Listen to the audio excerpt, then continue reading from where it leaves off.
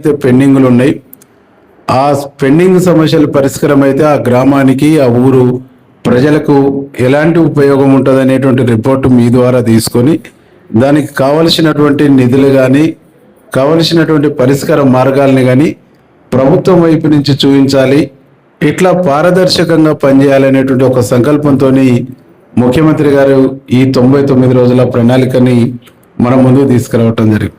నిన్ననే మనం చూసినాం పోలీస్ డిపార్ట్మెంట్ నుంచి పోలీస్ శాఖ వాళ్ళు కూడా ఈ 99 రోజుల ప్రణాళికలో భాగమై రాష్ట్రంలో ప్రమాదాలను నివారించాలి, ప్రజల ప్రాణాలని కాపాడాలి, క్షేమంగా ఇంటికి చేరుకునేటువంటి పద్ధతుల్లో వాళ్ళు తీసుకోవాల్సినటువంటి జాగ్రత్తలపైన వాళ్ళు అనుసరించవలసినటువంటి పద్ధతులపైన ప్రజలకు అవగాహన కల్పించాలని చెప్పేసి పోలీస్ డిపార్ట్మెంట్ వాళ్ళు కూడా పెద్ద ఎత్తున కార్యక్రమం తీసుకున్నారు.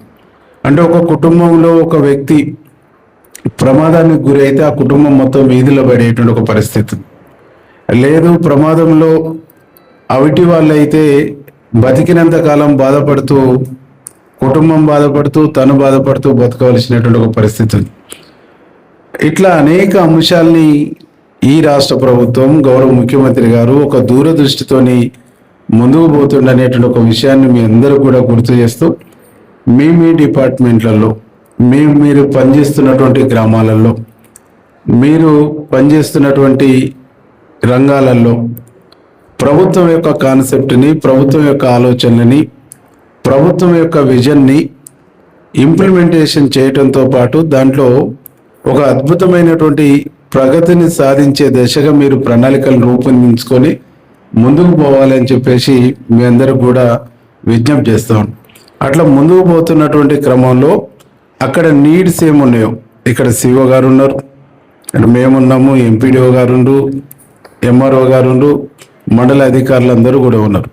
వారి పరిధిలో ఉండేటువంటి వారి నిర్ణయం తీసుకునేటువంటి అంశాలు ఉంటే వారు నిర్ణయం తీసుకొని దానికి కావలసినటువంటి వనరులు కానీ కావలసినటువంటి అంశాలని వాళ్ళు చేయగలుగుతారు. వారితో పరిధి దాటిందనుకో కలెక్టర్ గారు మా దృష్టికి తీసుకొచ్చి చేస్తారు.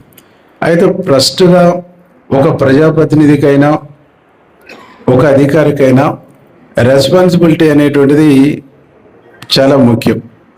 నువ్వు పనిచేస్తున్నటువంటి డిపార్ట్మెంట్ కావచ్చు, నువ్వు పనిచేస్తున్నటువంటి ఏరియా కావచ్చు, ఒక గ్రామం కావచ్చు, ఒక మండలం కావచ్చు, ఒక 3-4 గ్రామాలు ఉంటే ఒక సెక్టార్ కావచ్చు.